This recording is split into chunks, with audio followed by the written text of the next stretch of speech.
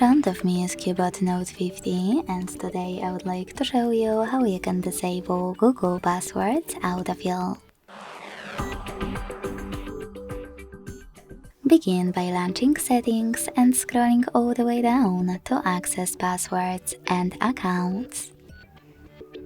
Then hit this gear next to Google under autofill service.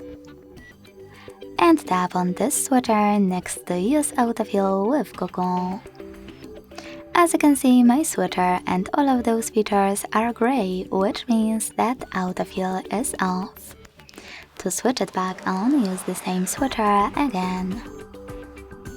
Thanks so much for watching. If you enjoyed this video, leave a like, comment and subscribe.